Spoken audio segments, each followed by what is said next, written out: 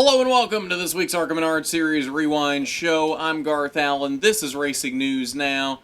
And today we're talking about the first official return to Winchester. Yes, ARCA went to Winchester last year, but it was a late addition to the schedule because of all the COVID changes. This year, it's been on the schedule since day one, and the first time it's actually officially been on the ARCA schedule since, 2017? So it's been a few years. And it did not disappoint. Last year, it kind of disappointed. Last year, we'll be honest, was not a great race, not a great showing of Winchester. And I think that might have been mostly because last year was a day race. This year was a night race. And I didn't look outside last night, but it had to have been a full moon last night because all kinds of things were happening in this race. It was crazy, so let's get right into it. 5 caution flags for a total of 25 laps. In the Calypso Lemonade 200. Obviously, we had our 2 breaks at 76 and 126. The action started early, though. Ty Gibbs from the lead on lap 35, trying to lap the 10-car Brandon Varney, goes to the inside in turn 3, washes up a little bit, gets into Varney, turns Varney off the exit of 4, and then catches him again in the left rear as he goes by him off exit of 4. Big damage on the left front of Ty Gibbs, has to pit to repair the damage, sets him back a little ways. I believe he restarted 9th on that restart, I do believe. It would not take him long to get back to the front though, which isn't surprising. It wasn't a huge amount of damage, and it's a short track, so aero dependency is not really a thing. So as long as the car still drove straight, didn't knock the toe out or anything, it wasn't going to be a major issue. Lap 84, now that was a major issue. 3 cars involved in this one. The 2 of Nick Sanchez, the 17 of Taylor Gray, and the 21 of Daniel Dye. Coming off of turn 4, there's no other way to put it. Taylor Gray hooked a left and right-reared Daniel Dye into the outside wall. It looked very intentional. It may not have been. I don't know. I wasn't behind the driver's seat. There was no in-car camera. Can't say for sure. I'm not going to place this 100% as an intentional accident because there's no way to say that for sure, but it sure looked that way. He might have hit a bump. There's all kinds of explanations you can throw at this that it wasn't necessarily intentional, but it definitely looked intentional. Taylor just basically hooked a left into the right rear of Daniel Dye, turns him into the outside wall, and as Dye comes back off of the wall, catches the 2 of Nick Sanchez, who is trying to avoid him. Innocent bystander. Nick Sanchez actually had been having a really good night, as high as 2nd at one point, but he had actually caught the wall earlier in the night and had been fading and was just trying to hold on to it at that point. And unfortunately, his night went from getting bad to very worse, and that would be the end of the night for both Daniel Dye and Nick Sanchez. Taylor Gray, though, had a little bit of damage on the left front, but was able to continue after this accident. Then the final accident of the night. It set up overtime. Corey Heim, Ty Gibbs battling for the lead. Corey Heim is your leader. Ty Gibbs is second. Ty had been stalking him for the better part of 50 laps, right there on his bumper, hadn't made a move. I think he was trying to be patient, wait until the end of the race, not make a move until then, because I think he knew if he made a move too early, Corey could still get back to him. Because most of the night, Corey really had been the fastest car, although Ty was right there with him for the majority of that last run. Going into turn 1 on lap 198, Corey gets held up a little bit by Thad Moffitt as they come up on him to lap him. Now, after watching the replay, I'm not convinced Corey got held up as much as I thought he did and that he checked up as much as I thought he did. Ty, I don't want to say uses this as an excuse, but did get into the back bumper of Corey Heim and turns Corey around in turns 1 and 2. Ty to the lead. Corey back to, I believe he restarted in 5th after this caution on the overtime restart. Effectively ending Corey's chances for the win in this race with only 2 laps left on an overtime restart. Now, this got a lot of fans heated. There's a lot of fans on both sides of this accident blaming Ty Gibbs, and there's a lot of fans on the other side saying that it was just a racing incident, that no one's to blame here, that this is quintessential short track racing. I want to know your thoughts on this. Let me know down in the comments. What did you think of this accident? Are you placing the blame solely on Ty Gibbs, saying it was a dirty move and that he shouldn't have done it? Or are you saying it was just a racing incident This is what happens in short track racing, especially two guys racing for the win and ultimately the championship. I want to know what you think down below in the comments. What did you think of this incident? So, lap leaders on the night. Corey Heim led 175 laps in this race, by far the biggest lap leader in this race. Nobody even close to it. And Corey, although this was his first ARCA race at Winchester, did have a lot of experience on this track in super late models from the Winchester 400. Ty, of course, as we know, won this race last year. Ty only led 30 laps in this race. Now, given what we know happened on the last restart, and given that we see Corey Heim and Ty Gibbs are your only leaders in this race, obviously, there's no suspense here. Ty Gibbs won this race. There's no suspense here. I can't create any suspense from this because it's very obvious here who won this race, and it was Ty Gibbs. 7th win of the season for that 18 car. He is on quite the roll. Now, will he continue to be on a roll? Because there were some interesting comments from Corey Heim after this race about, he said, well, we've been physical up to this point, but we haven't turned each other. He goes, I'm excited for Watkins Glen now, and that was all he said. So, we may see some sparks fly at Watkins Glen. Definitely something to look forward to this week as this championship battle continues to get more and more physical each week. It started at Elko with Corey shoving Ty up the track for the win on the final restart. Now we move to this race. Ty turns Corey for the win in the race. Now, what happens at Watkins Glen?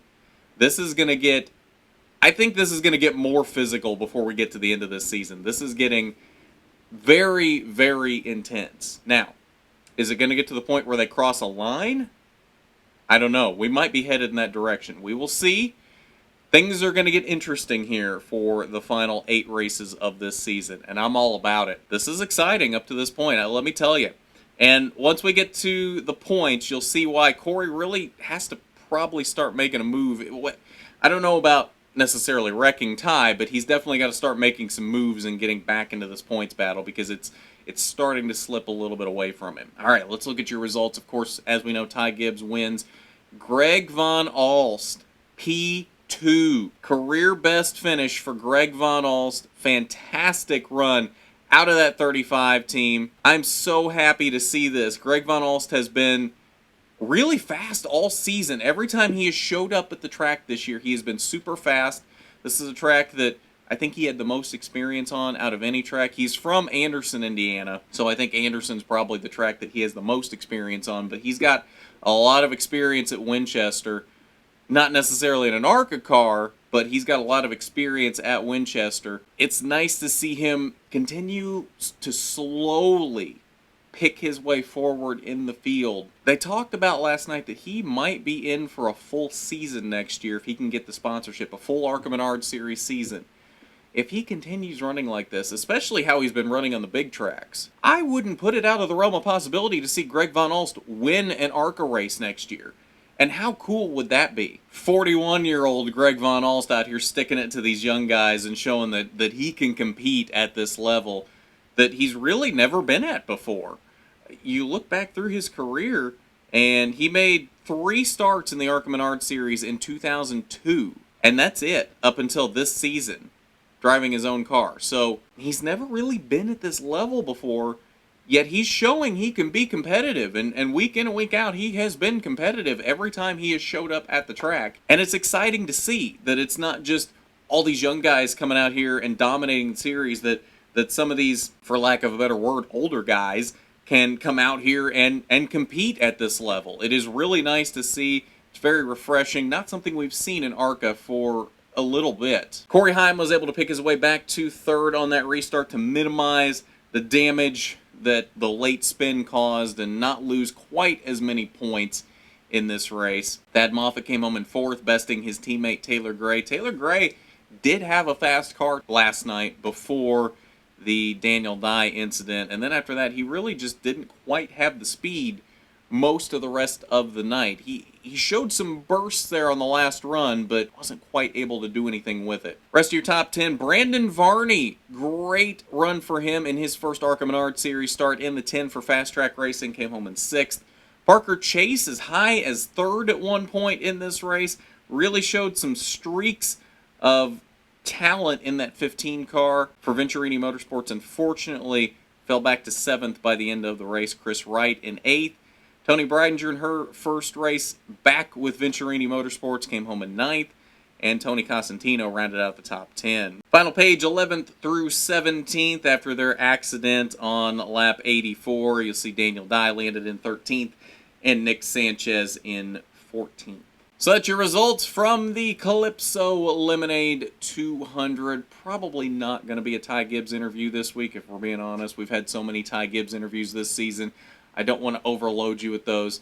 Might look at getting somebody else on this week. Not quite sure who yet, but we're gonna do some digging, see who we might be able to talk to this week that might be a good story to talk to. Maybe Greg Von Alst. Maybe we can try to pick him up and get him on an interview this week. We will see what we can do with that. But let's look at your point standings following this race. 12 races into the 2021 ARCA Menard Series season, and Ty Gibbs has extended that lead once again. It is now 7 points. The lead Ty Gibbs holds over Corey Heim in this battle for the championship. 7 wins now so far this season for Ty Gibbs, 4 for Corey Heim, although Corey Heim has been in the top 10 every race this season, whereas Ty has been in all but one, and of course that being the race at Talladega where he was in the wreck in the middle of the race. Your battle for third has widened out just a bit more after Nick Sanchez got caught up in that incident and Thad Moffitt finished 4th. Thad Moffitt now 87 points off the lead and Nick Sanchez 113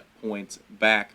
Owen Smith and Tim Richmond have now rejoined the top 10 with Jesse Love not competing in this race. But that is your point standings following the Calypso Lemonade 200.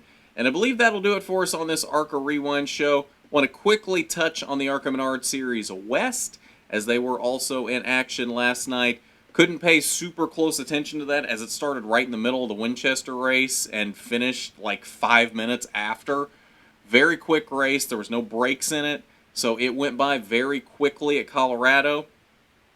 First career win, though, for Joey East. How about that? Great run for Joey East in this race. Came on strong late, started pretty far in the back, started 9th, methodically worked his way through the field, and eventually came home with that victory. Fantastic to see out of him. He may be who we get on this week to talk to. In fact, I think that's a great idea. I think we'll work on getting Joey East on this week. Jesse Love did come home in 2nd, Jake Drew 3rd, Cole Moore 4th, and Eric Nascimento in the 4 car for Bill McAnally Racing rounded out the top 5. And that changes up your standings a little bit as now Jesse Love takes the championship lead by 2 points over Cole Moore. Todd Souza is back to 3rd -4, and then tied for 4th, 9 points back, are Dean Thompson and Joey East. So that is your quick recap of ARCA West at Colorado, and I think that'll do it for us today on this ARCA Rewind show. Watkins Glen coming up this weekend.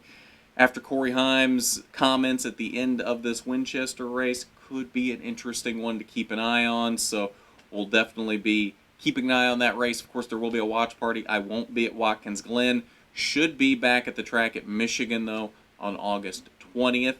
That will be the next ARCA race after Watkins Glen. So we'll take a week or 2 off there and then go to Michigan.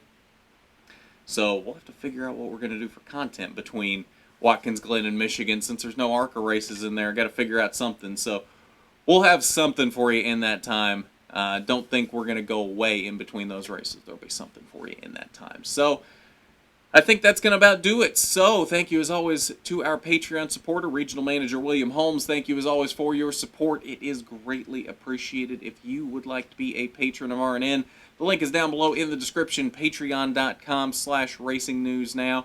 Not required by any means, but it is definitely appreciated when you want to support RNN in that way. But I think that's going to do it. So with that, this has been the ARCA Menard Series Rewind Show. I'm Garth Allen for Racing News Now.